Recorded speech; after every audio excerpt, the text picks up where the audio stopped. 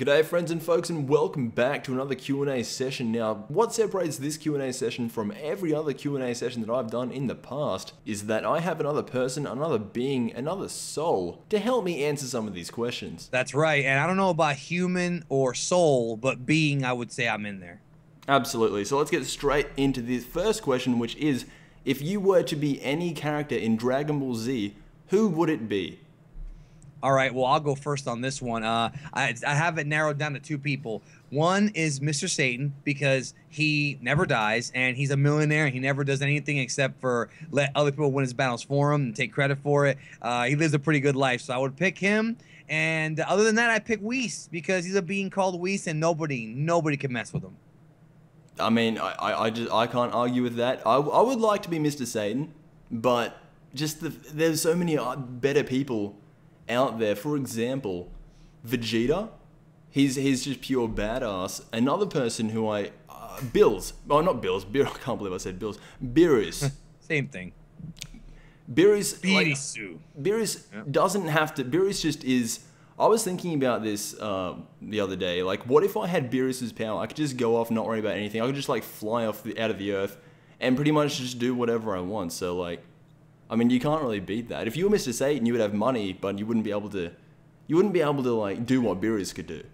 I mean, I picked Whis, but at the same time, I do think Beerus is a better pick because Whis has to babysit Beerus, and Beerus doesn't really have to do anything except destroy stuff, and so everybody wants to do that. But hey, it works. I mean, who else? I mean, maybe Fat Beerus from Dragon Ball Super would be the only thing you have to worry about, but we don't know that yet. We don't know that yet. That's for a future video. Now, moving on to the next question, which is if DC, Marvel, and the Dragon Ball characters would all pretty much just fight, who would come out on top? We talked about this a little bit before we started recording this video, and it's tough because you've got gods in every one of the universes. You know, you mentioned Superman Prime, then you've got in the Marvel universe, you've got Eternity, Infinity, Galactus, you've got the one above all. Then in Dragon Ball, you've got Whis. So this is an unanswerable question, but if I was really to think about it, I would probably say that the one above all or the Living Tribunal would probably screw everybody up. Same thing with Franklin Richards, who, as we know from the Marvel comics, can create his own pocket universes. So I don't know anybody in Dragon Ball who can do that. So actually, I would probably say Marvel, dude. Honestly, I hate to say it because I'm a Dragon Ball guy first, but Franklin Richards can make universes. Honestly, for me, I would like to say Dragon Ball, but there's absolutely no way that anyone in Dragon Ball Z could compete with Superman Prime. There's no way. I have been doing a little bit of reading on Franklin Richards. Isn't he the son of the two Fantastic Four members? Yeah, Susan and Reed. Yeah, he's basically the son of Mr. Fantastic and the Invisible Woman. But it's interesting because, you know, he's their son and he's actually a mutant. Like, he was born with the X gene like the mutants are. But he's like the highest. He's literally a god. Like, literally a god. He's the highest level mutant they have. I don't know about the highest, but he's one of the highest. And during the whole Onslaught storyline, he literally, like, Onslaught killed a number of superheroes. He actually preserved them into a pocket universe that he kept in his yo-yo. So just trippy, bro. It's just that's insane. I remember reading somewhere that Galactus feared him. Is that true? Yeah, because Franklin Richards, dude, Franklin Richards can create the universe, bro. I mean, it's scary. It really is scary. Yeah, I mean, he's been feared by a lot of people. But then you want to get into the debate about, like, okay, what if Thanos had the Infinity Gauntlet? Because with the Infinity Gauntlet, he destroyed half the universe, you know, coming to a theater near you in about 5 years. But I don't know if Franklin's can mess with that. But that's a tough one, bro. But, yeah, all I'm saying is that Superman Prime and Franklin Richards, just those two could probably wipe out the Dragon Ball universe. I'd hate to say it because I love Dragon Ball, but it's just, dude, it's like a different level of power. We may see someone in Dragon Ball, as it progresses, as the storyline progresses, maybe in Dragon Ball Super, we may see someone even more powerful than Franklin Richards. I'm not sure. I'm, you know, only speculating. Maybe we might, if Akira Toriyama decides to go down that route, but I don't see what would be the point of introducing someone that powerful in Dragon Ball Z. I personally wouldn't see a point to that. And for Dragon Ball Z, it's always like Goku has to overcome, well, not just Goku, but the fighters, they have to overcome their challenge. And if it's pretty much an omnipotent being, they can't really overcome that. So I don't see anyone like that being introduced into Dragon Ball Z. So it's pretty much just a fight between Marvel and DC who would win. And I mean, you're saying Marvel. I'm probably gonna have to agree from what you've just said, but I mean, I'm not anywhere near knowledgeable enough to answer this question as well as you did. So it's a tough one, man. It really, because we're talking about gods now, and and there's, dude, the god hierarchy. People get confused about the Dragon Ball god hierarchy with the Kais, the Supreme Kais, and then Beerus and Whis, and then the Shinjin and all that. But the god hierarchy in Marvel, bro, is to the point where it's freaking mind-numbing. The Celestials, Galactus, the In-Betweener, like all these, the Death, Lady Death, who's literally the representation of death, and it's whacked out, bro. It really, like, honestly, in my opinion, man, those kind of cosmic Marvel stories, I'm not a huge fan of them. I like some of them. I'm not a huge fan because they seem to be way too complicated. I mean, I personally haven't read like anything to do with Marvel. I've only seen the movies, and I've only read a little bit online. But other than that, yeah, it seems insane that the amount of power that they have. But I think we've been answering this question for a while now. But moving on to the next question, which is more of a lighter question, more of a fun question. If there was a button and you pressed it, you would be in the Dragon Ball Z world, but you would be Yamcha. Would you press it? Absolutely, because I get some of that. I'm gonna edit myself here to be PG. I would totally like to be Yamcha because let's just say that he gets to benefit from certain characters. How about that? I mean, yeah. I mean, Yamcha's not a bad character to be. Like, if you were to say, let's edit this question a little bit, all right? Let's just say if you were to press a button and you were Turtle, would you press it? No. And I certainly wouldn't press it to be Poir because then you'd hate me. I love the references. I absolutely love the references. Now, the next question is mainly for me. I'm not sure if you know anything about this. We were talking about this before. I don't think you do. But this guy is pretty much asking, I just saw your older videos and saw that you go for the Rabbitohs, who are a team in the NRL, Rugby League. Are you going to watch the State of Origin? If so, who are you going for? I would assume New South Wales. Also, do you have an interest in rugby union? Cheers.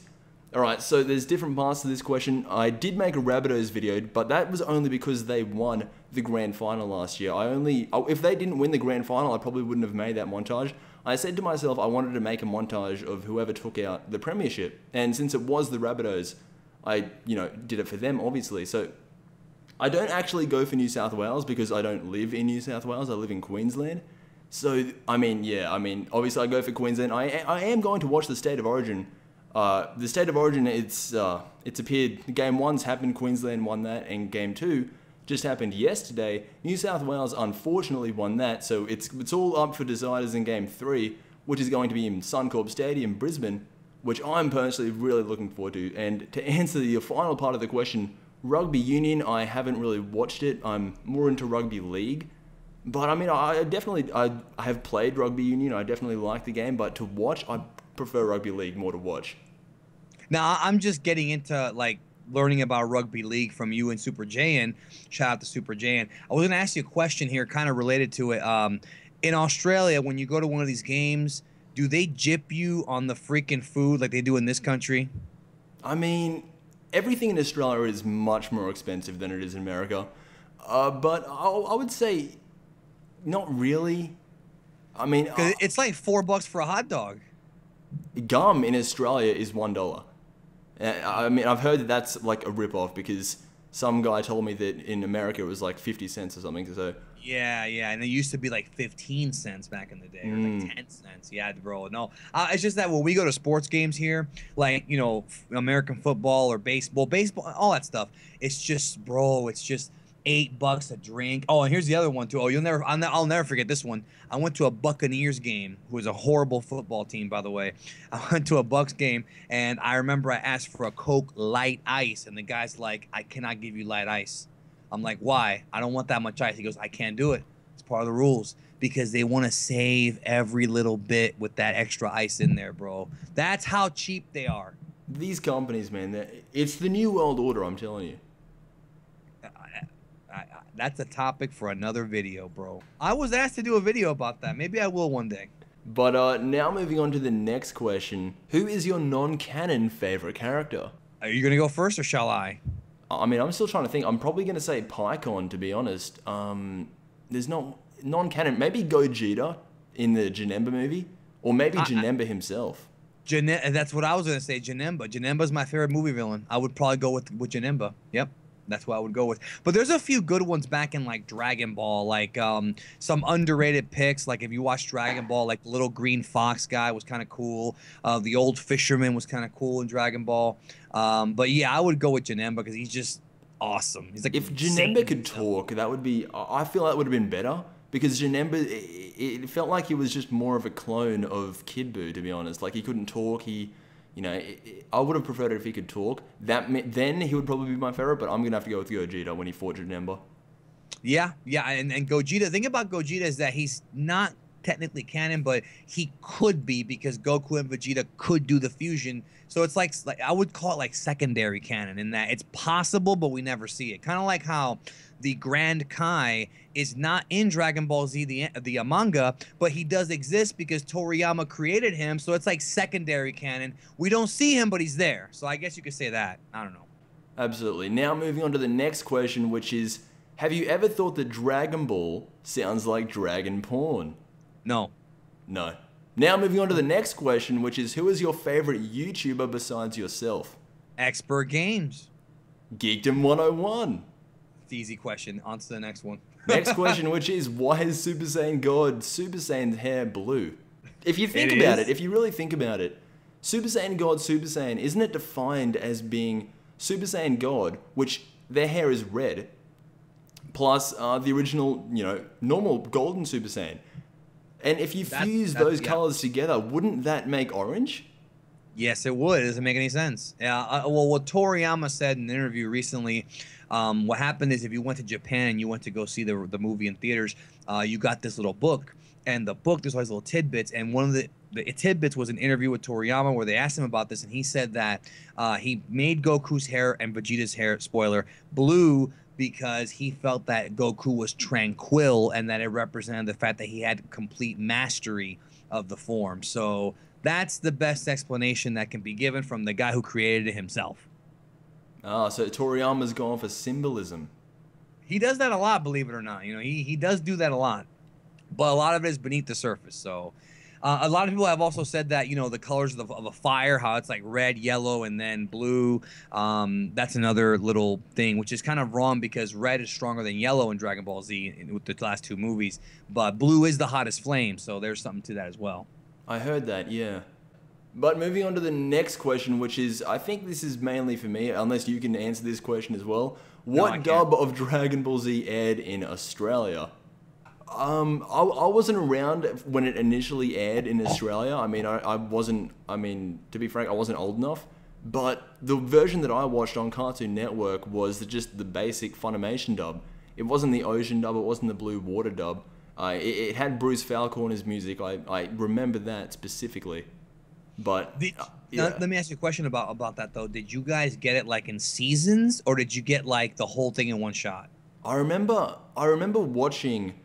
It was the end of the Buu saga, like right at the end of the Buu saga when Goku was fighting Oob at the tournament. This was my first time experiencing Dragon Ball Z. Oh, so you started at the end? No. It was weird because I didn't get to sit down and watch it every single day. Like I saw it like on TV sometimes. Whenever I was flicking the channels, I saw Dragon Ball Z. I was like, oh, this is cool. I will watch this. I originally started with Ginyu versus Goku, but then next time I saw it, it was Goku versus Oob. That's quite a skip. Yeah, it is. And then next time I was like, oh, I see Goku flying off with Oob.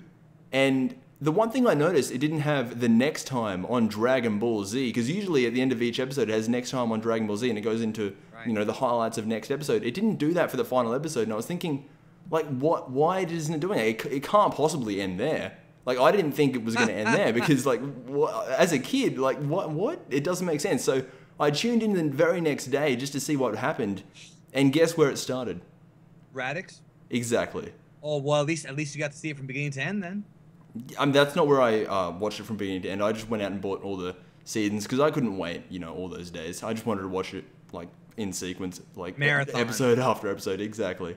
Yeah. Well, that's interesting because here it was all jacked up because they, season 1 was the Vegeta saga, season 2 was the Namek saga, season 3 was the Ginyu and Frieza saga, season 4 was was actually the entire Cell arc from Trunks all the way to the end of Cell, and then season 5 was the Otherworld tournament all the way to Vegeta killing himself or sacrificing himself or whatever. And the thing that's interesting is that they actually grouped the Otherworld tournament with the Gray Saiyaman arc, which is actually wrong. That's completely wrong. I don't know why they did that. And then it was weird, bro, because season 6 was from when Vegeta sacrificed himself. And we thought it was going to go all the way to the end of the series, but they took a break right around like the Vegito episodes and then came back like 4 months later with the final like 10 episodes. It was very weird as to why they did that. I don't really know, but I know that like The Walking Dead does that now where you'll have half a season, a break, and then another half. Maybe that's what they were going for, but I know it was really weird the way they put that out like that. Do they air Kai now? I honestly, I don't know. I don't watch TV. Like, me neither, bro. Like, they could be. I have no clue. Like, I'm pretty sure they must be. Like, it's on Nickelodeon, wasn't it? So it was. Yeah, it's probably, most likely. But moving on to the next question, which is, what do you think of the Ocean dub? Now, well, do you want me to go first or you? I mean, I think you're more experienced with dubs. And, I mean, with as far as dubs go, I've only watched the Funimation dub. And I mean, I don't think I've watched clips of the Ocean dub, and from what I've heard, it's not the best.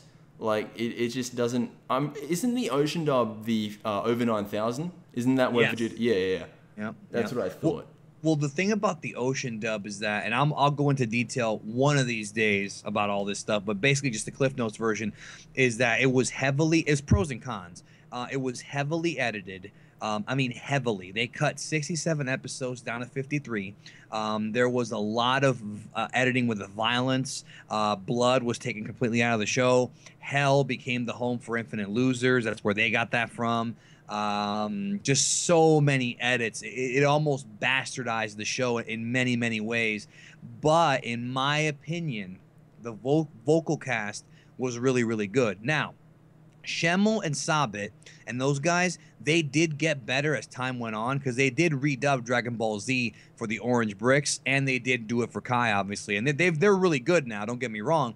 But when they first started, they really were very inexperienced. Even they've admitted that. Whereas the Ocean cast were like veteran voice actors. Brian Drummond, Scott McNeil, Ian James Corlett. These are guys who did so many 90s cartoons. They were just the cream of the crop, especially Scott McNeil. Scott McNeil has been in more animes in the 90s than anybody that I can think of, which was the original voice of Piccolo. So I do believe that he is a superior Piccolo than Chris Sabat. Some people might not agree with me, and that's fine.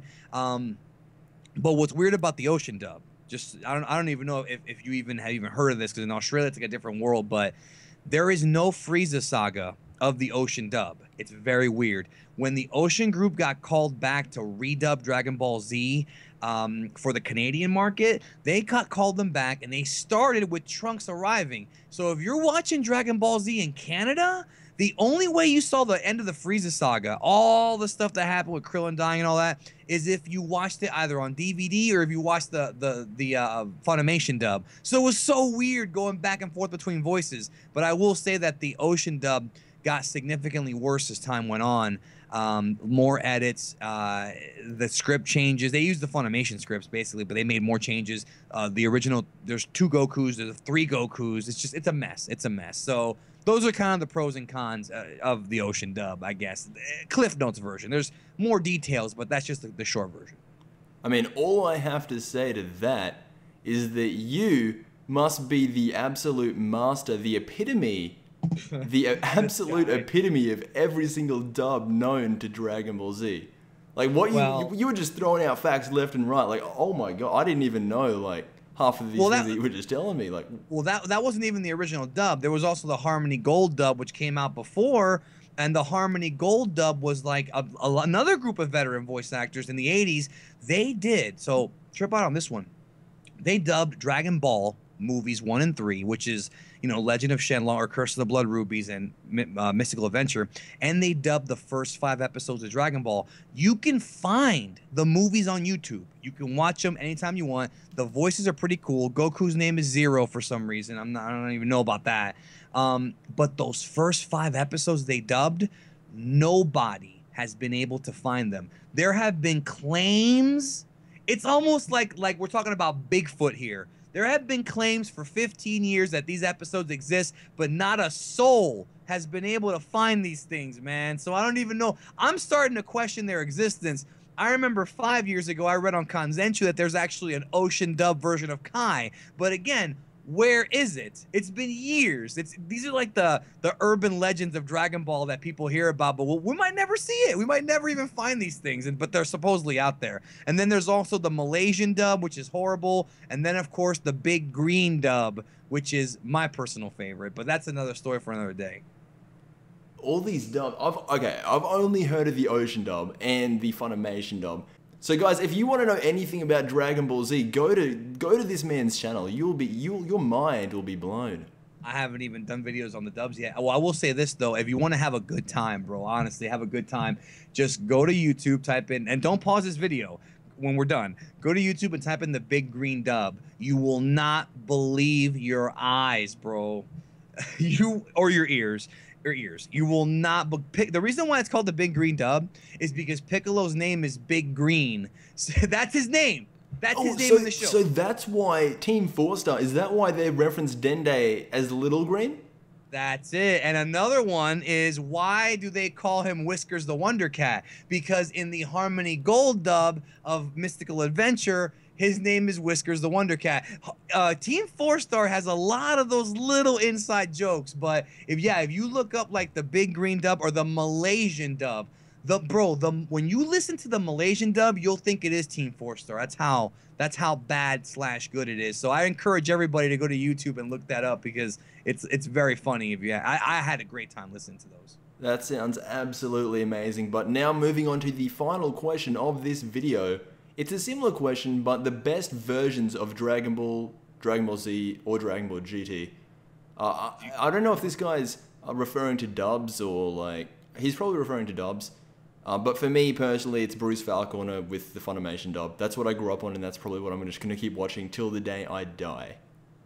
Yeah, you're one of many people who has said that. For me personally, of course, I'm from a different generation. I always cater to the Japanese dub.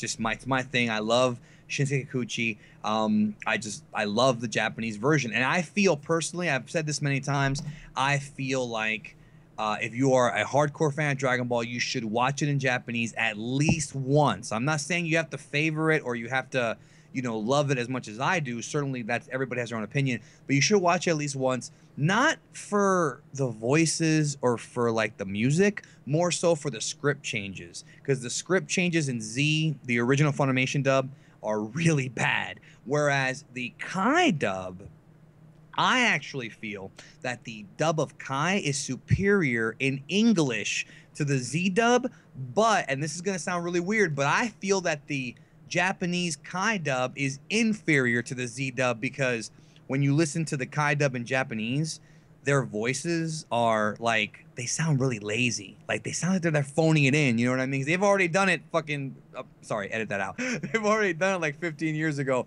But no, what I was going to say was, and of course, if you speak a different language, if you're a Latino, Latin American dub is the way to go. But but you're right. Like, there's no other versions other than the dubs. Like, maybe he's talking about like Z versus Kai, but he also mentioned GT, and that's a tough one to answer as far as DB and GT. Because honestly, like the Dragon Ball dub from Funimation was great. I really enjoyed it. Yeah, and me too.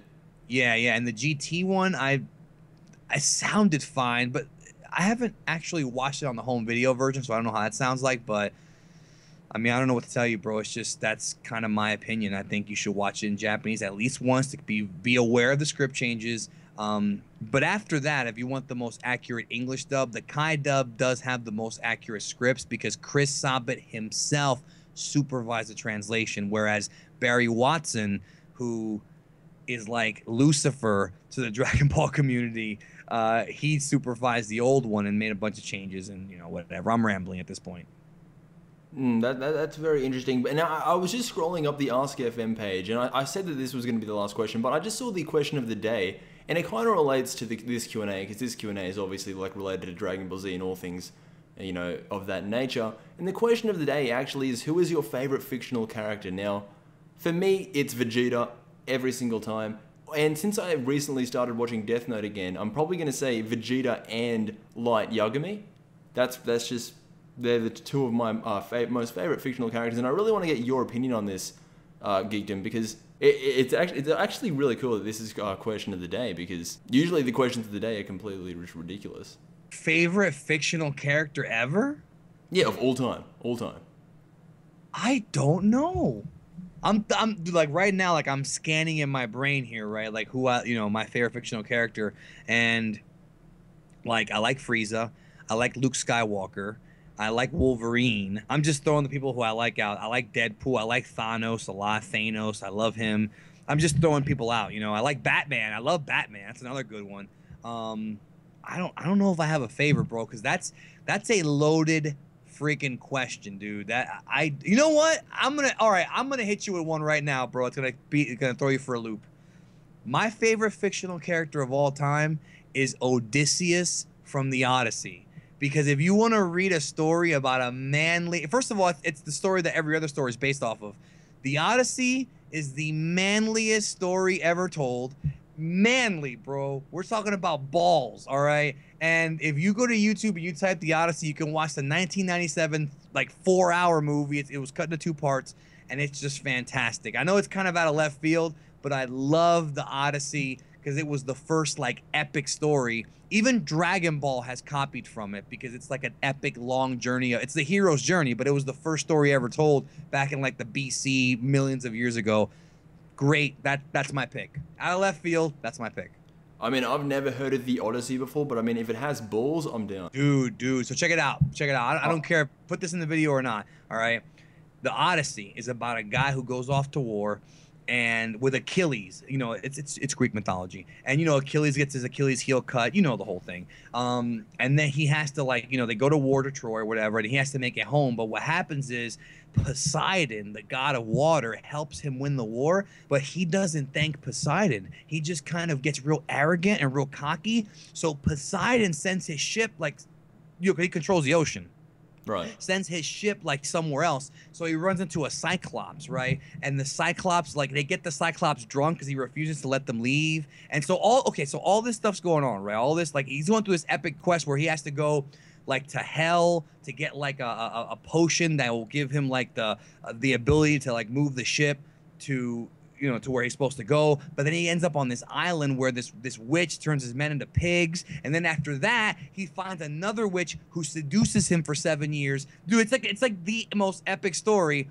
Meanwhile, at his house, like, or at his city that he built with his bare hands, his wife is being seduced by all these like suitors who want to take his place, and his son is growing up. His son's kind of like Gohan, and like the whole thing ends with him coming back home. I'm not gonna spoil it completely because you should see it.